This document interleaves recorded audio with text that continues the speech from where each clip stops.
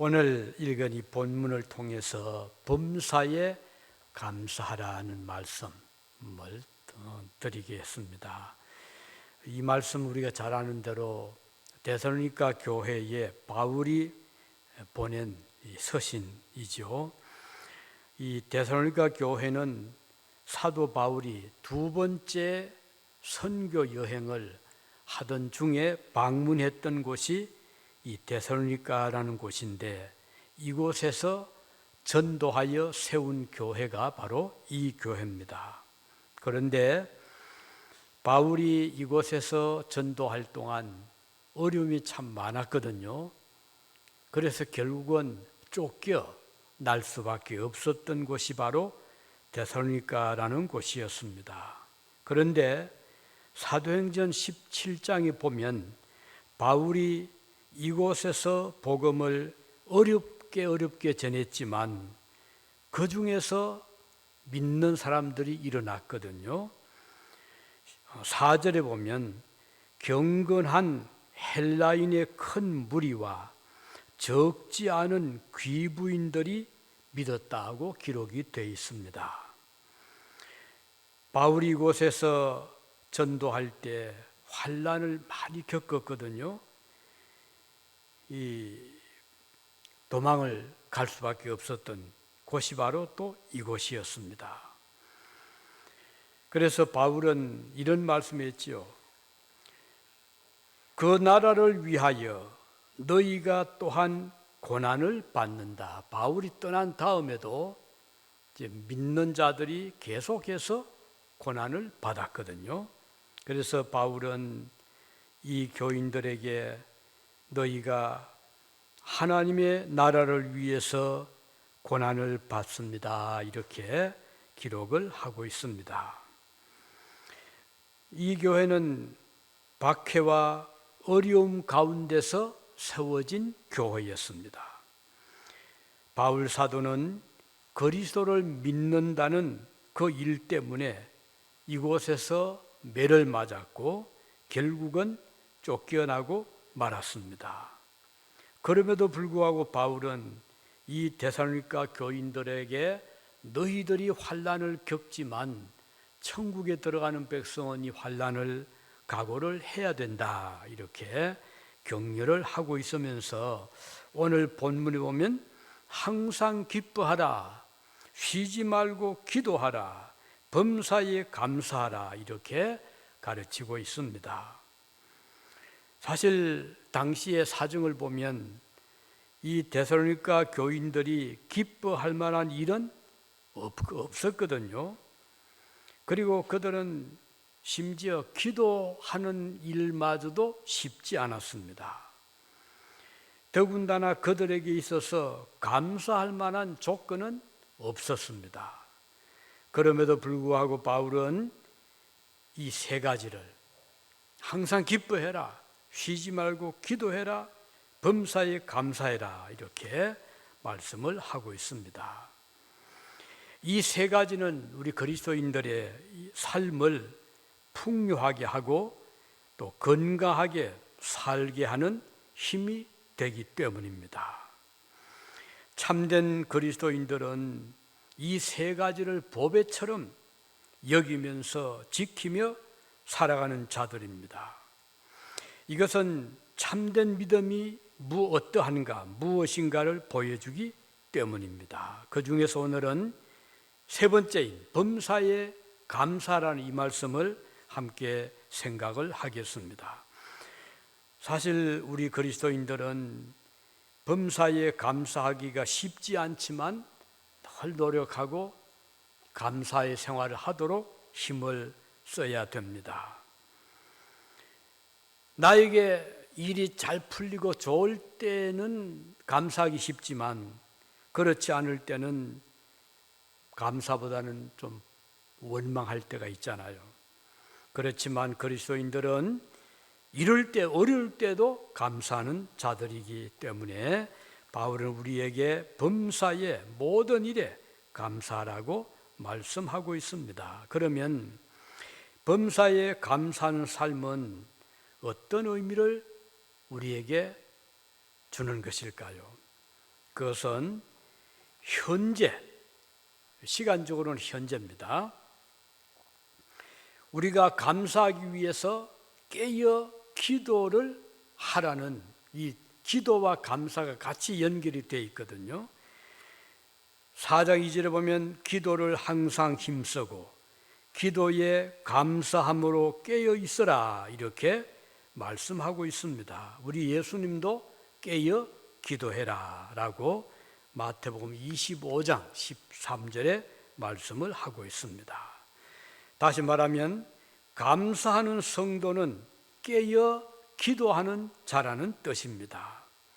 깨어 있다는 것은 영적으로 잠에 취한 자가 아니라 정신을 차리고 하나님과 교제하는 것을 의미합니다.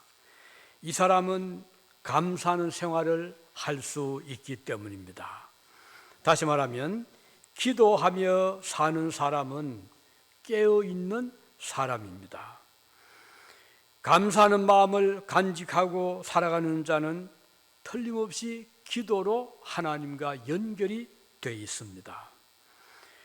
성도들이 은혜로운 영적 생활을 계속하기 위해 원한다면 모든 일에 감사하고 깨어 기도하는 것입니다. 여기 감사함으로 깨어 있으라고 한 말씀은 감사 생활을 잊어버리지 말라는 뜻입니다. 감사함의 경성, 깨어 있으라는 뜻이죠. 영적으로 잠들게 되면 하나님 은혜를 감사하지 못하기 때문입니다. 하나님의 은혜를 깨닫지 못할 수 있습니다. 누가요? 기도하지 않는 사람들은. 다시 말하면 우리가 잠이 들어 있으면 아무리 누가 좋은 것을 가져와도 알 수가 없잖아요. 마찬가지로 우리가 영적으로 잠들어 있으면 하나님이 아무리 좋은 것을 주셔도 그것을 깨달을 수가 없습니다. 은혜에 충만한 생활은 하나님의 은혜를 순간순간 헤아리며 사는 삶입니다. 하나님이 주신 은혜를 잊지 않고 감사하는 생활입니다. 스코프라는 분은 이런 말을 했습니다. 감옥과 수도원의 차이가 무엇인가? 근본적으로 그 차이는, 감옥은 고민하고 원망하고 원한에 차 있는 생각을 가질 수밖에 없는 것이 감옥이잖아요. 자유도 박탈당하고 나를 고소한 사람에 대한 원망도 생기게 되고, 그래서 감옥은 원망과 불평이 있는 곳이라고 한다면 기도원의 것은 어떤 것인가? 기도원은 기도하며 살아가는 성도들의 장소잖아요. 그럼 이 사람들은 원망과 불평이 아니라 감사하는 생활을 하게 되는 것이죠. 그들은 순간순간 감사함으로 지냅니다. 기도원 아마 가보신 분이 계실 것입니다. 참 소박하잖아요. 잠자리도 불편하고, 어떤 경우는 그냥 바위 밑에서, 나무 밑에서, 토굴 속에서 밤을 지새우며 기도를 하고, 또 그곳에서 또 금식도 하잖아요. 또 그곳에 음식을 먹기도 하지만 그렇게 음식이 좋질 못하잖아요. 그럼에도 불구하고 기도원에 있는 분들은 보면 모든 분들이 얼굴에 기쁨이 넘치고 찬송이 끊어지지 않고 감사가 넘치거든요. 그것이 바로 감옥과 기도원의 차이라고 볼 수가 있는 것입니다. 오늘 저 여러분은 우리 가정을 이렇게 감사가 넘치는 기도원으로 만들 수가 있다는 것입니다. 수도원과 감옥이 사실 거리가 멀지 않습니다. 우리가 어떤 생각을 가지고 살아가냐에 따라서 감옥이 될 수도 있고 수도원이 될 수가 있습니다.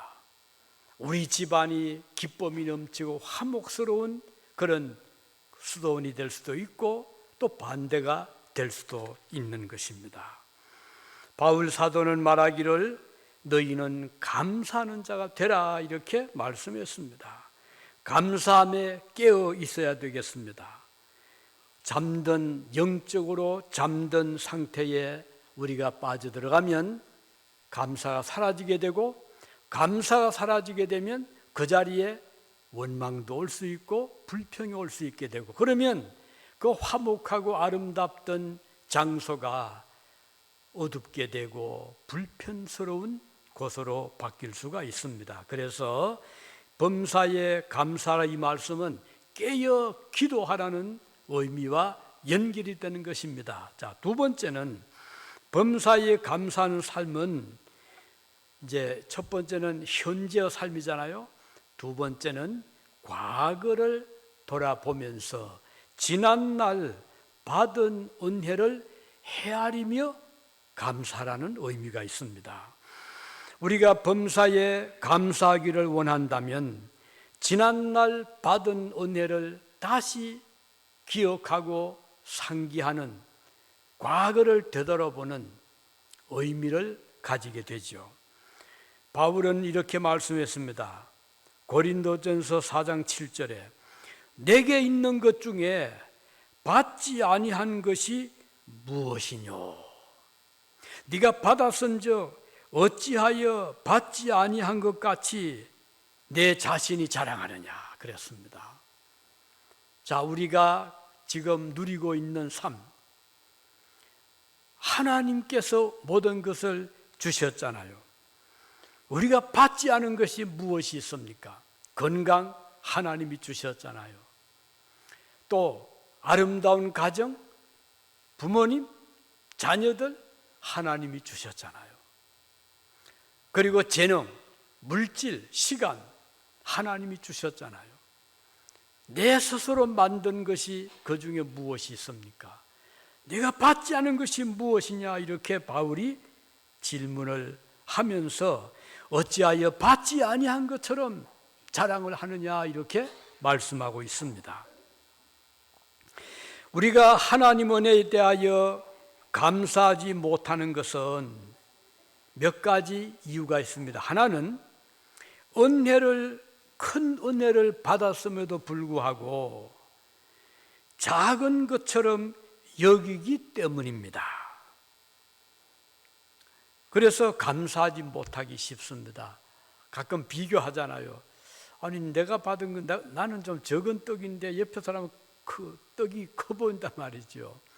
나도 받았지만 그걸 보는 순간 고마운 감사한 마음이 사라질 수 있잖아요. 그래서 우리는 그때에 다시 생각을 바꿔서 아니다, 내가 받은 것이 이렇게 크고 이렇게 귀하다 하는 생각을 가질 때 감사하게 됩니다. 자, 두 번째는 우리가 받은 것은 거저 받은 은혜가 대부분이잖아요. 그런데 우리는 당연히 받을 것으로 착각을 하기가 쉬운 것입니다. 철없는 아이가 엄마가 주는 맛있는 음식을 먹으면서도, 그리고 예쁜 옷을 입고 있으면서도 당연히 받는 것처럼 생각을 하면 고마운 마음이 사라지게 되잖아요.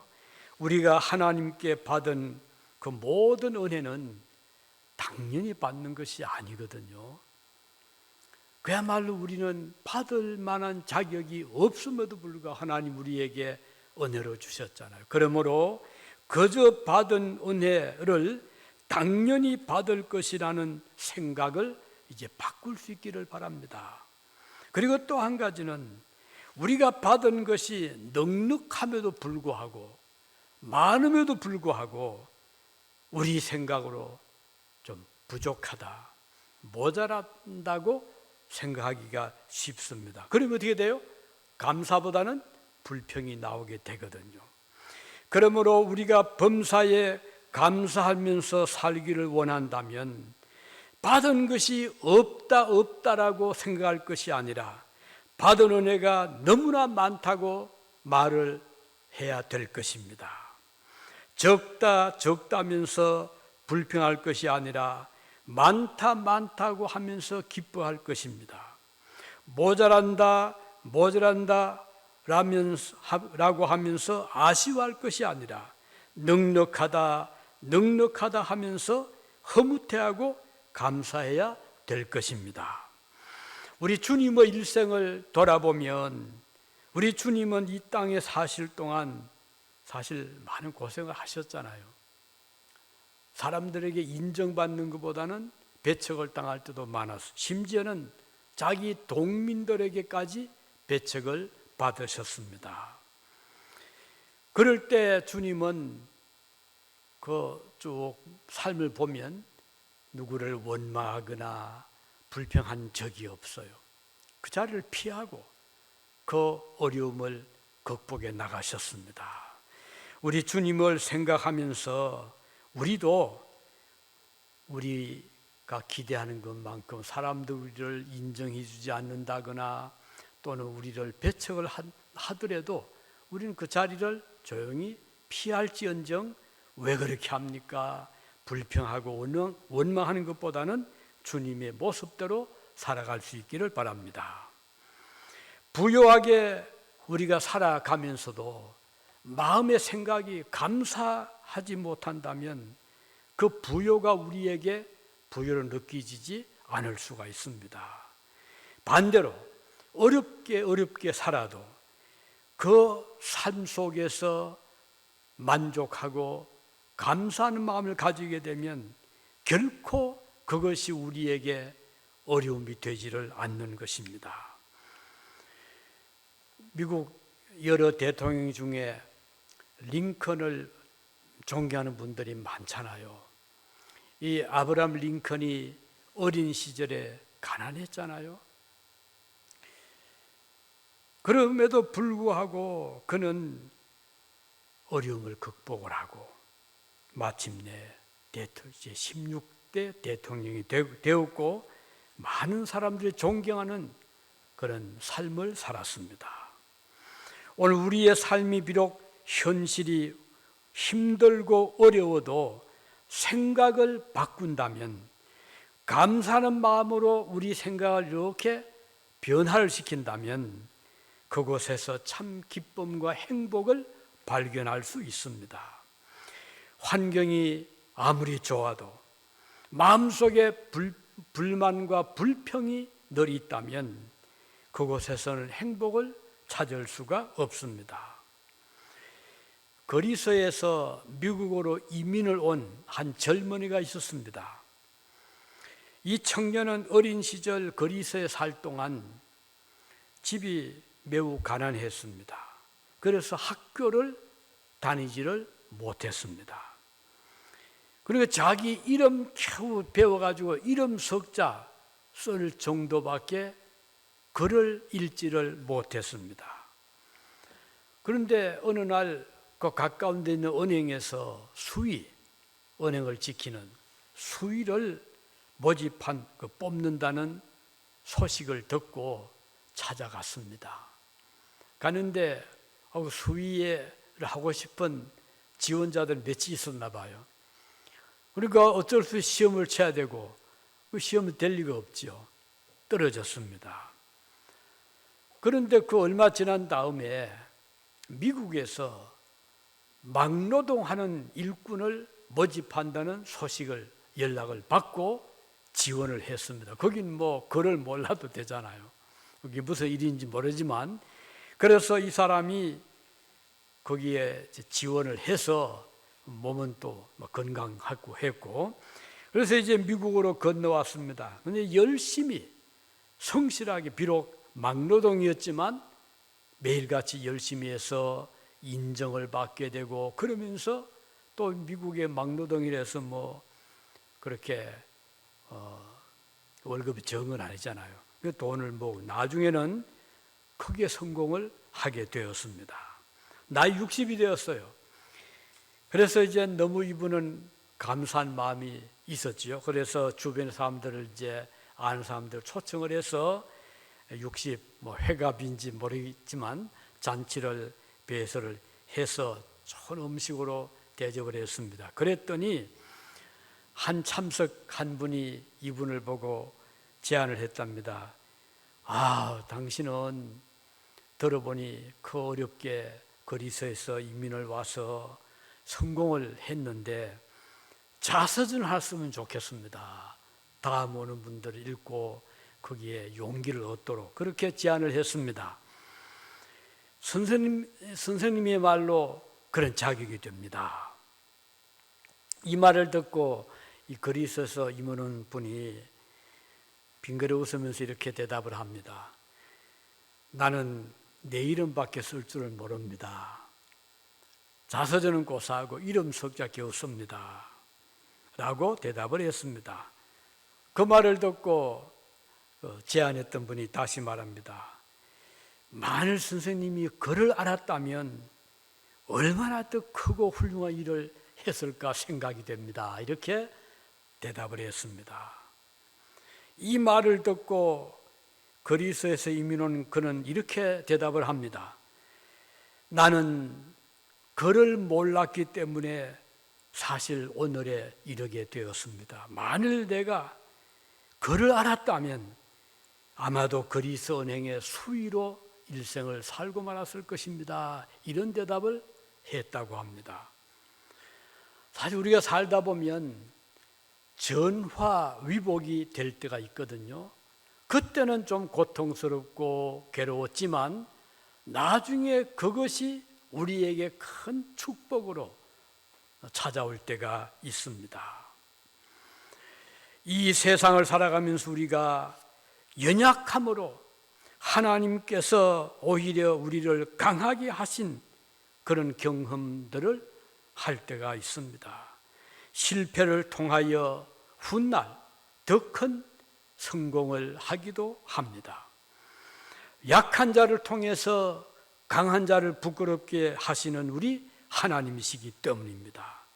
우리 하나님은 없는 것도 있게 하시고 있는 것도 없게 하시는 능력의 주님이시기 때문입니다. 따라서 우리는 오늘 내 손에 없다고 불평할 필요가 없습니다. 오히려 지금 나에게 주어진 것을 생각하면서 감사할 수 있기를 바랍니다. 우리가 가장 불행하다고 생각하는 그때에도 우리는 이미 많은 것을 받고 있다는 것을 생각을 해야 될 것입니다. 자, 우리가 태양을 마주보고 서면 우리 앞에 그림자가 없습니다. 그러나 만일에 태양을 뒤에 두고 서게 되면 우리 앞에 그림자가 우리를 이렇게 우리 앞에 막아서잖아요. 마찬가지로 우리가 주님, 태양 같으신 주님을 바라보고 서게 되면 어떤 것도 그림자가 될 수가 없습니다. 만일 우리가 주님을 뒤로 하고 선다면 우리 앞에는 그림자가 우리를 어둡게 하게 될 것입니다. 이 세상을 살아가면서 나는 무엇을 마주하고 살아가는가?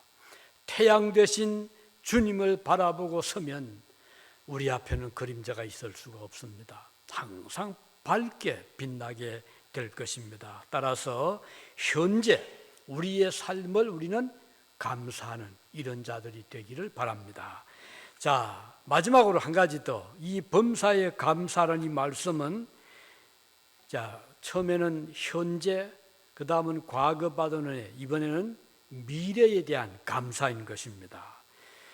우리는 앞날을 모릅니다.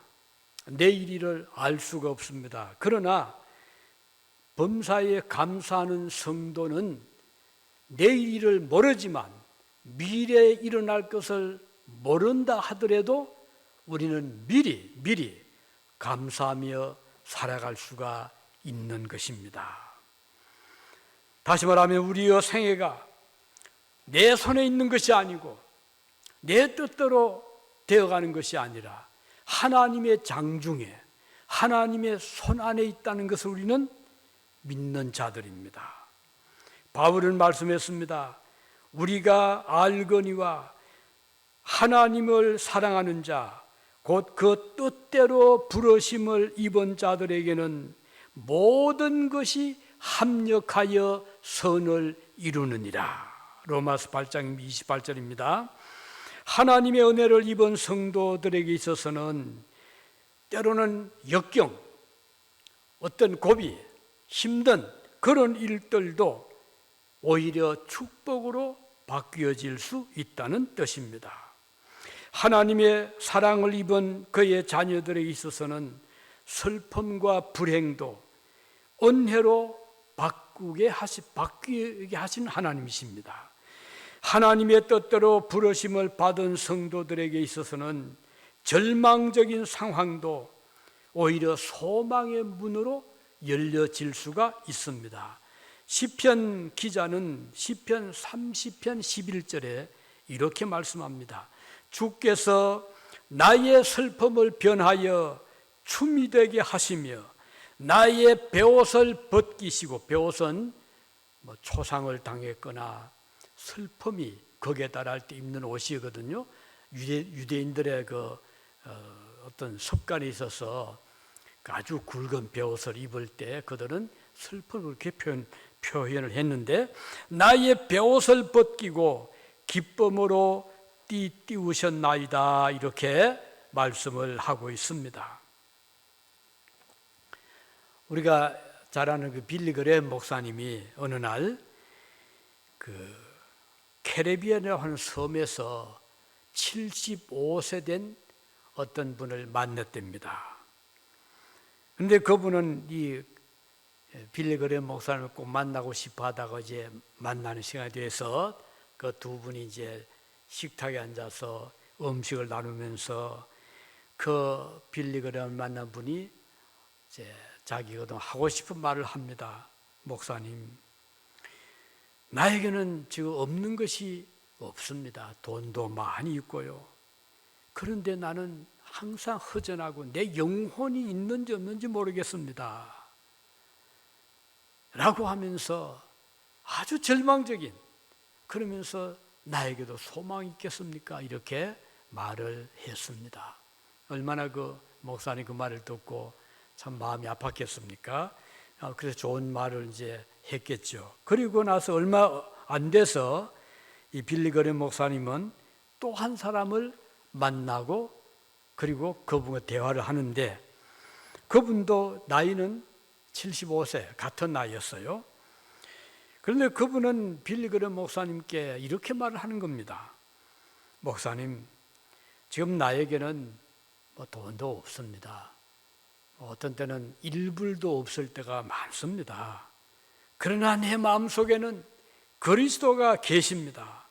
나는 이 자마이카에서 가장 행복한 삶을 살고 있습니다. 이렇게 했다는 거예요. 자, 보세요. 먼저 만난 사람은 큰 재벌입니다. 없는 것이 없는, 그럼에도 불구하고 그의 영혼은 항상 허전하고 늘 부족하고, 그래서 뭔가 좀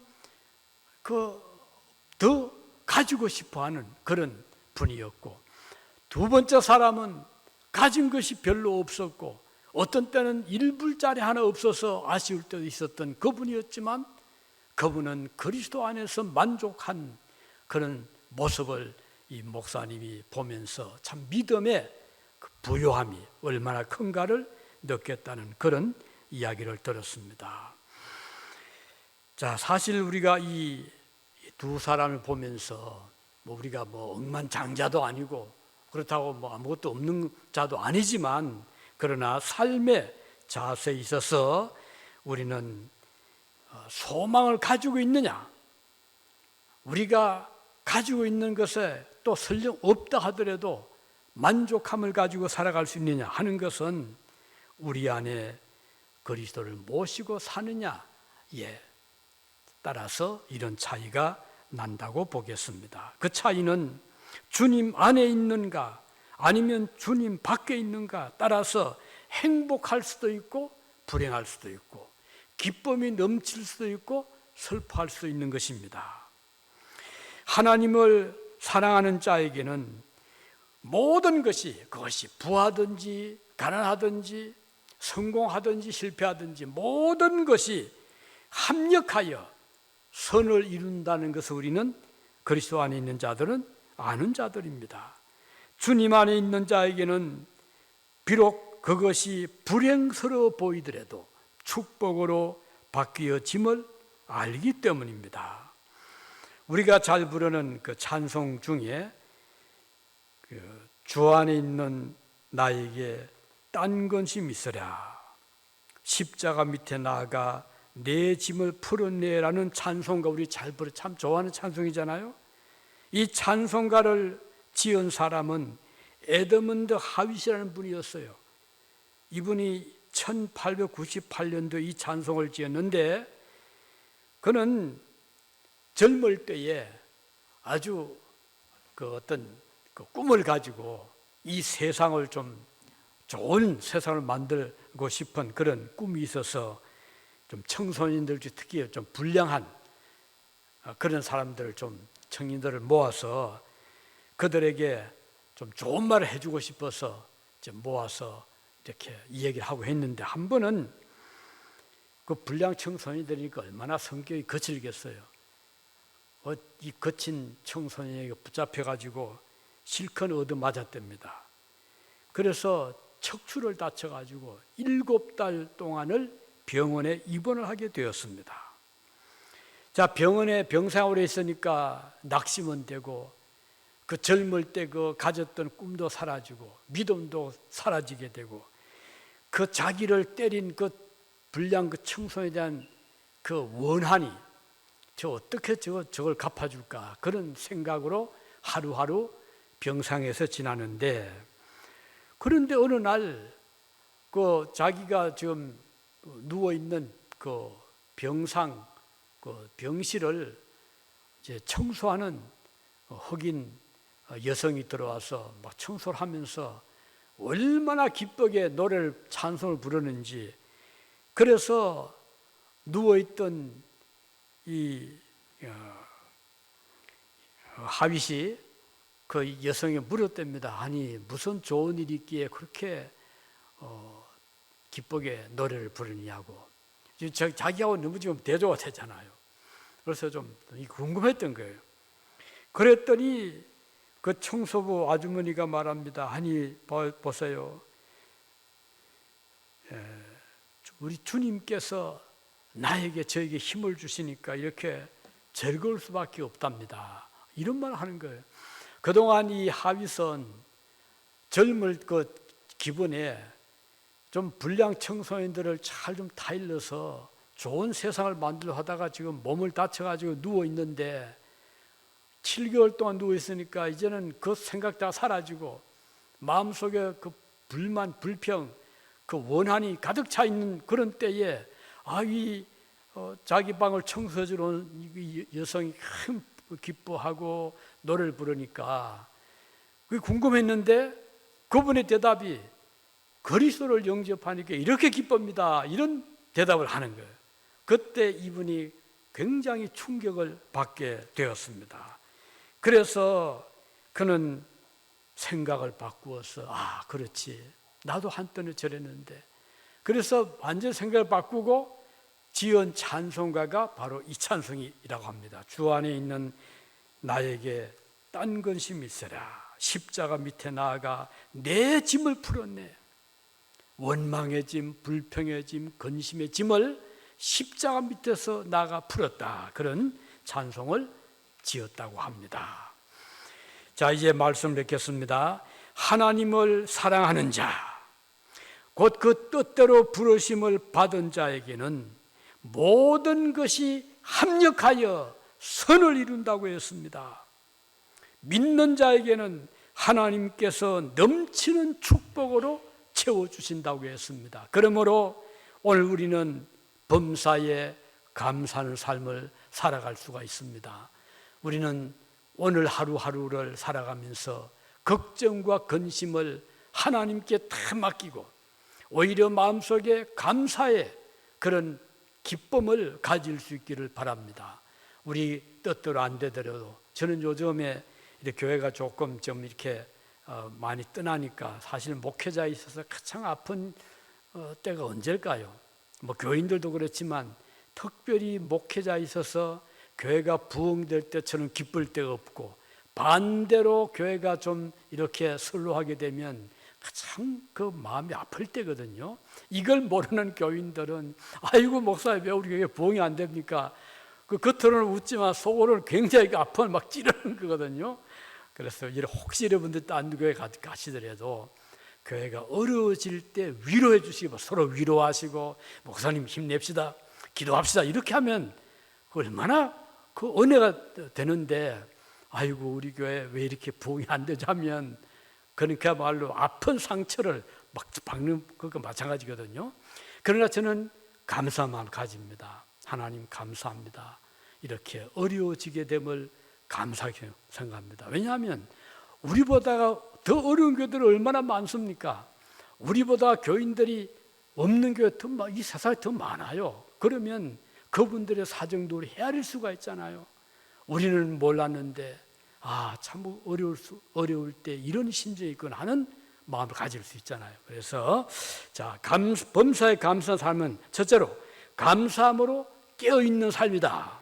두 번째는 이미 과거에 받은 은혜를 헤아리며 감사하며 사는 것이다. 세 번째는 앞날 미래에도 하나님은 최선의 길로 우리를 인도해 주실 것을 믿기 때문에 감사하는 삶이라는 것을 마음에 새겨주시길 바랍니다. 기도하시겠습니다.